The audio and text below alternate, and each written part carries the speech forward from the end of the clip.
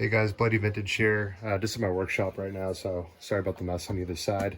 Just wanted to show you some lightweight gas mask bags and kind of their differentiations. So I don't really have the exact intro and outro date of these, but basically you're going to start seeing these pretty much right around the time of D-Day and beyond. You're not going to see these in the landings because you're going to see the waterproof bags, the assault masks. And you'll see this right up through to the end of the war. And then I could be wrong, but I think you see this up until Korea and maybe even including it a little bit. Anyways, I want to more go over the color rather than the true history. So if you can see, we got a variation of OD3s all the way to OD7s.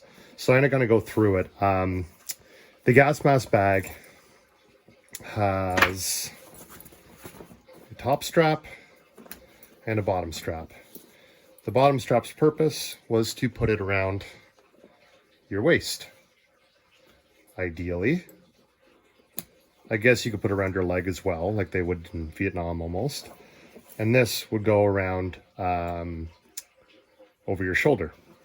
Now, just like in the British style, this was kind of the quick connect. So again, I didn't really trial this, but really what you'd do is if you wanted to get it shorter really quick, you know, if you had it nice and long like this and you wanted to shorten it right away, anybody that does British reenacting will know this, that you will quickly tighten it up and that way it gets to an emergency position. So rather than being slung far down on your hip, it's going to be put up closer to your chest. The reason being you want to get your service respirator. So these all have markings on the inside in your service respirator here. This one's marked U for universal. There's small, universal, I believe there's large, and then there's a bunch of different types. These little straps you'll see in here are for holding the canister. The canister that we attach to the end of this, mine is just a prop, kind of, so it doesn't have the canister.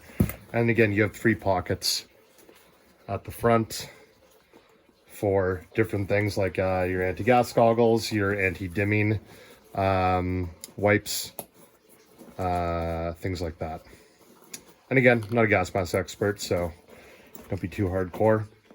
Now, interesting thing, and a lot rip off, these have spaces under them. So technically, I've seen it in some pictures where the guys will actually put their leg strap through this or their waist strap through this, and that way it doesn't fall and get caught. A lot of guys end up getting rid of it and cutting it off because as you can see, it's actually sewn on there, and this one's even sewn on as well. So you can't really remove it unless you cut it off mostly. So the reason this was done is when you're pushing down, if you have the gas mask in this, and you were pushing down hard on your gas mask on the hose or on an important piece from the eyepiece, the idea was you put your finger under here, you'd take the pressure off, and you'd snap it. Now, the disadvantage of that is, so you can see that one's more of a faded OD3, is this. You'll see a lot of gas masks happen with this, where literally this just ripped right off. It just was too weak. And again, these all have markings as well.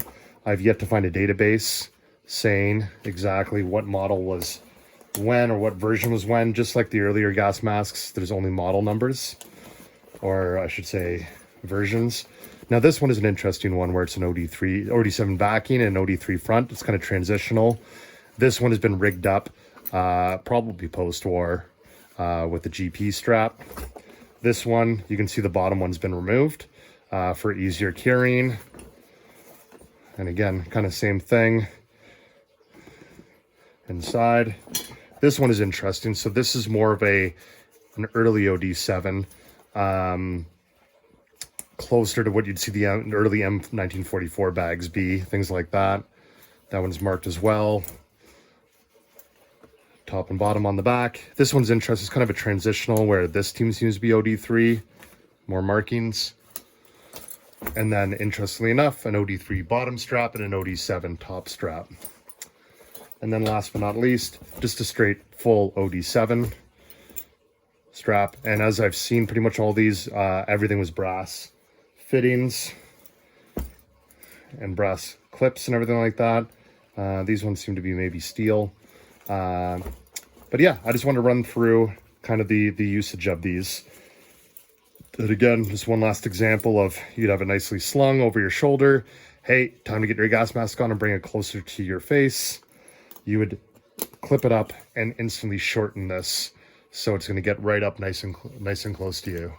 So just something I thought I'd show you guys, and hopefully the color shows in this video. I know it's kind of dark down here.